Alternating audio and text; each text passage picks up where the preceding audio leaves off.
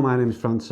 Welcome to myboxingcoach.com. Something a bit different, a little bit of a rant actually, and it's really about boxing, mixed martial arts, and where sport stops and events start. And I've done similar videos in the past, but I want to try and bring it together, and I hope you get a few things from it anyway. Before we start, why not download your book, The Beginner Boxer Toolkit, totally free. In there you get tips on how to prepare yourself for the ideal training session, how to set up your home gym, 10 core boxing skills, and much more. 64 pages packed full of all kinds of insights to help you on your boxing journey. Okay, so I want to talk a bit about mixed martial arts and boxing and how the two sports relate, and I think where things need to stop. And so let's think about mixed martial artists jumping across into boxing. Now, there's a great film, Denzel Washington film. I'll watch pretty much any film with Denzel Washington in. This is Man on Fire, and there's a great scene in it where he's coaching a little kid to become a swimmer and to improve swimming, and the kid says, "Oh, I'm tough, Creasy," and Denzel Washington says, "There's no such thing as tough. There's trained and there's untrained." And I love that. I think toughness is the easy bit. There's very few people I've ever met in the sport of boxing, and no doubt MMA is the same, who aren't tough. You know, toughness involves getting in the ring. Doesn't matter how tough you are, if you're shipping a huge amount of punishment because you're not trained well enough, then referees will stop fights. It's that simple. So, we want to be trained. And it's all about, another aspect of this is when, you hear police or military personnel or doctors or firefighters in these tough situations, and they use the phrase, the training took over, where they just go into autopilot and things just happen. They make the right decisions at the right time. Trained versus untrained. To me, a great, when you're performing really well with your boxing or with your whatever sport it is, you go into like a flow where things just happen really well, and you almost become unconsciously good. Things just happen. It becomes instinctive.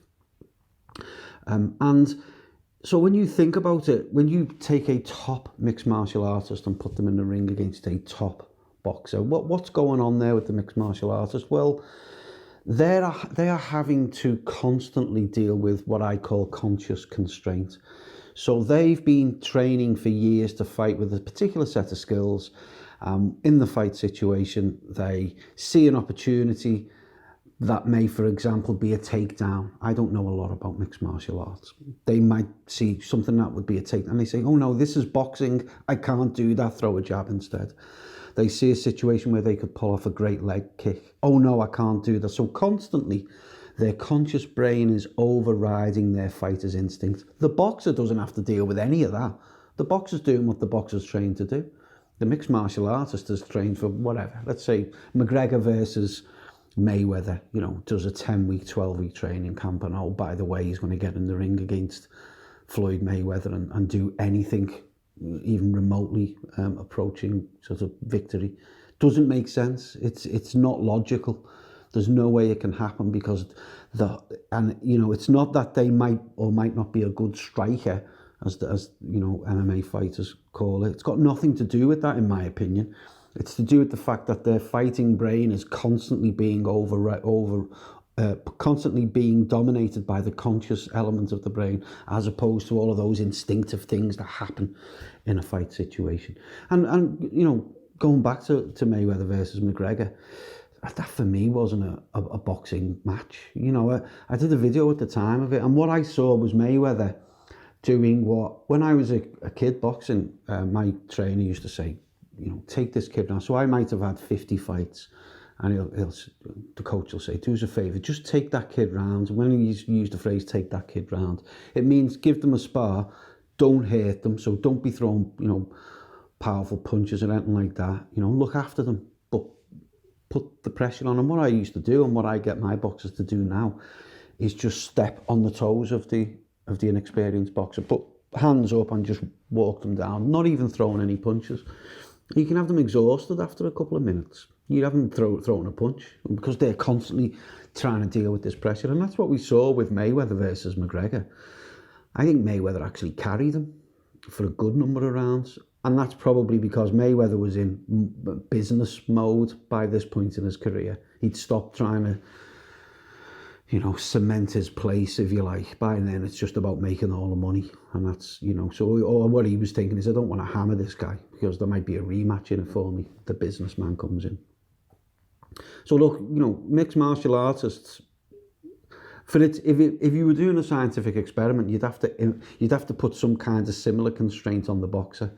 So you'd say, okay, as mixed martial artists, you're going to get in the boxing ring. We know why they get in the boxing ring, because there's more money in boxing. So why wouldn't you, you know? But the only way you could do it on a fair and balanced basis would be to say to the boxer, right, you can't use any hooks, or you can only use, you know, straight shots, or whatever it might be.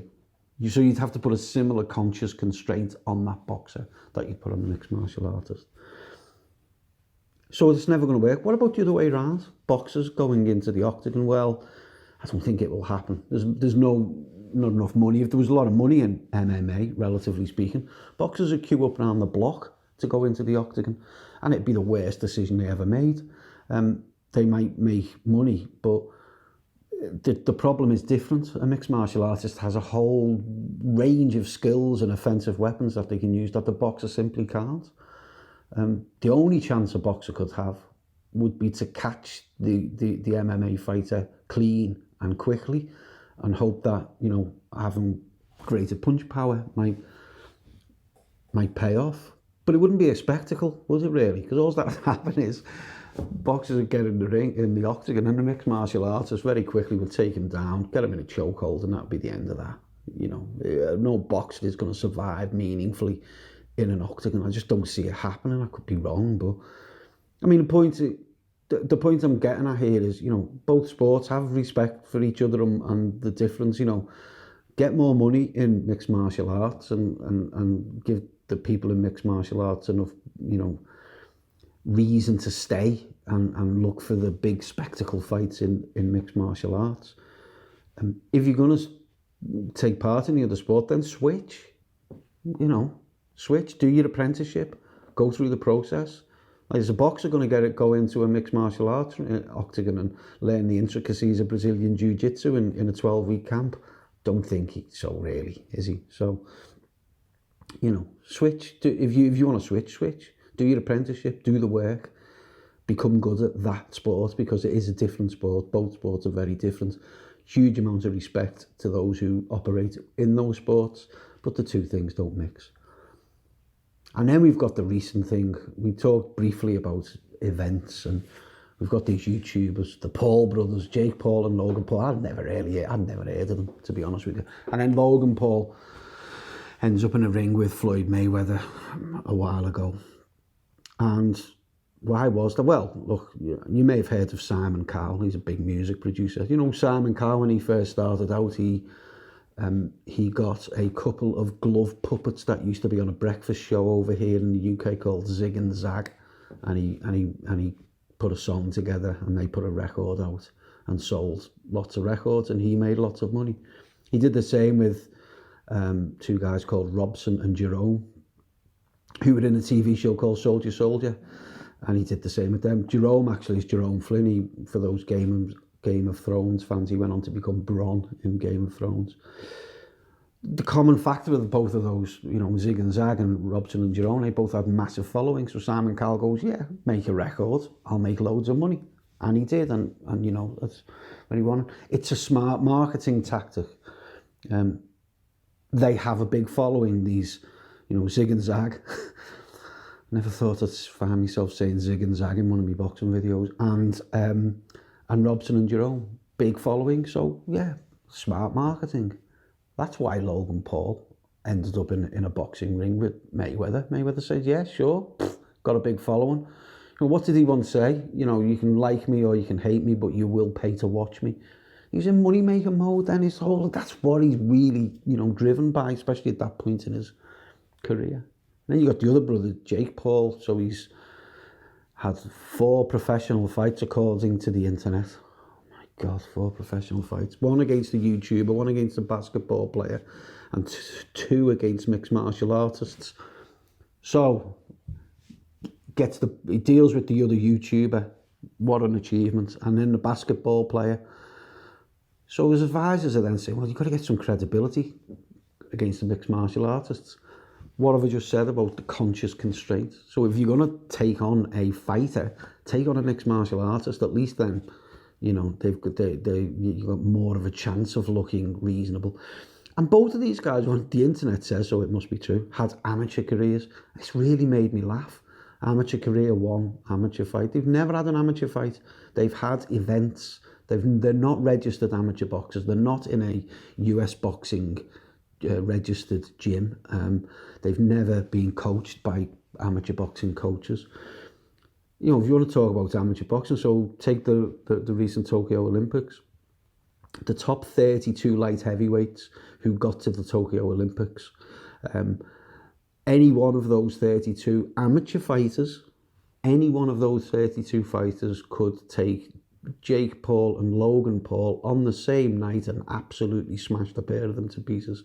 These guys are YouTubers who've done a bit of, you know, what we would describe as white collar boxing. They've had some limited training and they get into a ring and it's all about making the money. But this Jake Paul now, he's got a fight lined up against Tommy Fury. So again, we're seeing the marketing aspect at play here. Tommy Fury had a handful of amateur bouts. He had 12 amateur bouts.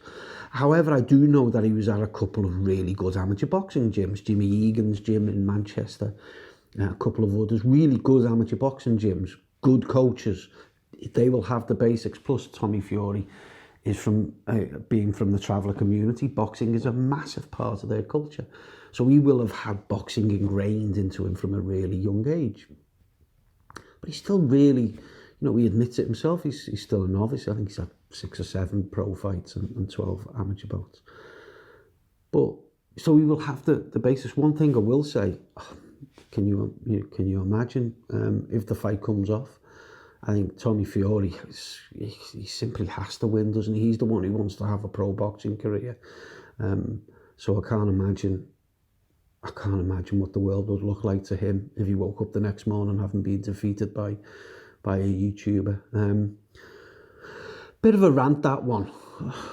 You know, events, the YouTube involved thing, these are events, and some of the MMA against boxers things are events. I don't really see them as boxing events. Or, you know, we can push the envelope and say they're sporting events. But look, boxers, stay in your lane, stay in your sport, be great at that sport. MMA fighters, stay in your lane, be great at your sport.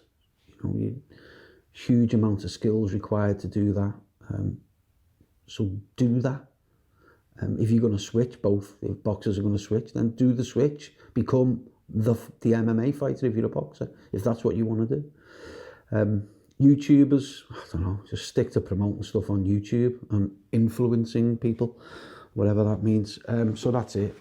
The next video will be a coaching video, I promise. I'd hope that the main thing to take away from this is that Denzel Washington quote. You know, ain't no such thing as tough, there's trained and there's untrained. Be trained, get it instilled, get it instinctive. Get that unconscious brain really working well, whether you're doing shadow boxing or heavy bag work, get that working well. And that's I'm going to stop there. Don't forget, download your book, The Beginner Boxer Toolkit. That will really help you become trained, I hope. Otherwise, my name's Fran and this is myboxingcoach.com.